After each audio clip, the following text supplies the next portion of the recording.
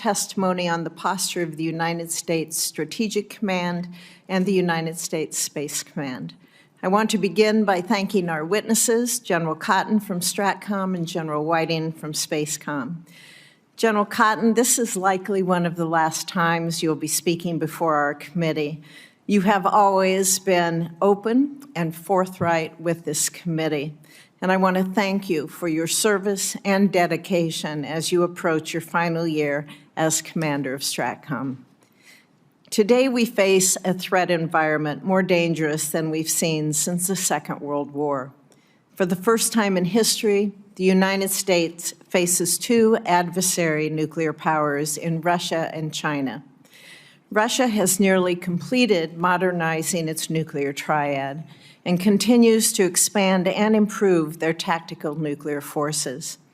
China, meanwhile, which used to be considered a lesser included case, is expanding its own arsenal at a breathtaking pace. China now has more ICBM launchers than the United States and is expected at least to triple its stockpile by 2035. I would also note that China has outpaced every previous estimate that we've made. General Cotton, as you well know, this is an extremely important time for STRATCOM. Each leg of our triad is undergoing a generational modernization. This includes the Columbia-class submarine to replace the Ohio-class, the B-21 bomber to replace the B-1 and B-2 bombers, and the Sentinel ICBM to replace the Minuteman III. Given the ages of the legacy programs, it is essential that these modernization efforts be prioritized and properly resourced to ensure we have capabilities fielded in time to meet the growing threat. While it is the responsibility of the services to get these programs back on schedule, it is STRATCOM who must mitigate risk associated with any delays. I look forward to hearing more in the closed session about your plans to do so. Additionally, the Nuclear-Armed Sea-Launched Cruise Missile, or SLCM, remains a critical program to deter our adversaries from believing they can use tactical nuclear weapons. I look forward to hearing from you, General Cotton, on your work with the Navy on SLCM.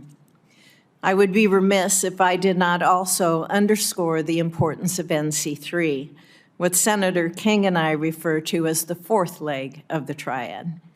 NC3 underpins all aspects of nuclear deterrence. General Cotton, I appreciate the focus that you have given NC3 modernization during your time in command, and I will be eager to receive an update on the implementation of the NC3 roadmap. General Whiting, the space domain is now, as you point out in your opening statement, a highly contested strategic environment. China and Russia possess growing counterspace capabilities that hold U.S. space assets at risk.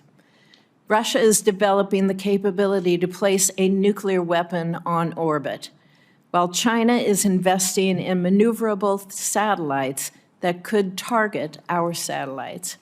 And these are just the threats that we can discuss in this open setting. While I look forward to a more robust discussion on how we need to address these threats in a classified session, I'm eager to hear from you during this open session on your priorities for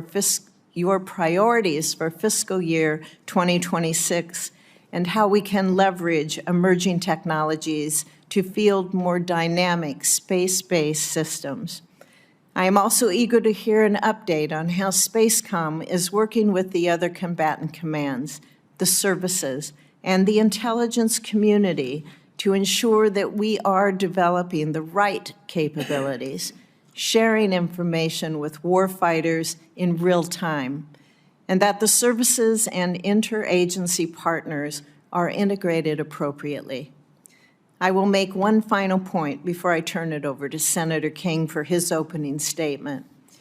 Both of your combatant commands rely on access to critical electromagnetic spectrum to carry out your missions.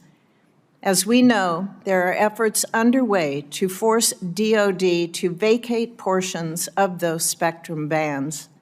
Such an outcome would be detrimental to U.S. national security and result in significant costs as various DoD equities are forced to invest the resources to redesign, procure, and field new systems to operate in different spectrum bands, if that is even feasible. General Whiting and General Cotton, I look forward to hearing from both of you on the importance of spectrum to your missions. Before any decisions are made on whether to auction off DoD spectrum, the American people deserve to understand the risks there would be to national security. Again, thank you both for appearing before us today. I look forward to hearing your testimony. Senator King, you are recognized.